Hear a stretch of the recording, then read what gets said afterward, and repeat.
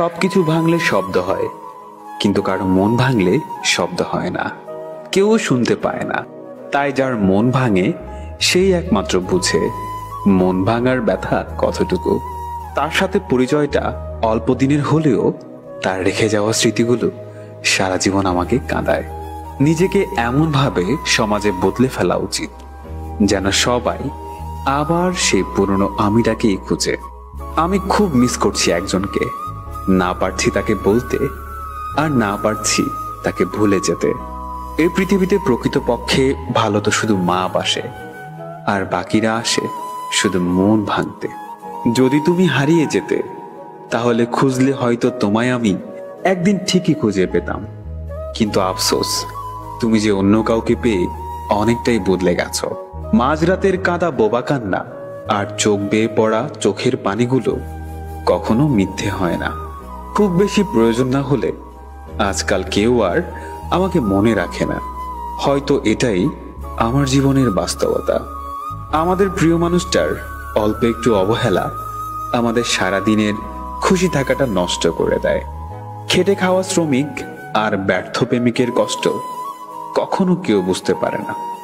মূলত আমাদের জীবনে প্রতিটি কষ্টই হলো বাস্তবতার শিক্ষা।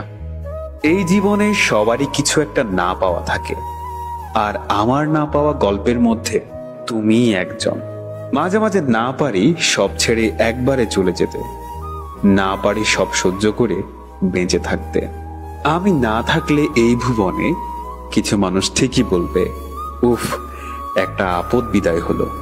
এই শহরে যারা খুব সহজে সবাইকে আপন করে নেয় তারাই সমাজে সবচেয়ে বেশি কষ্ট পায়।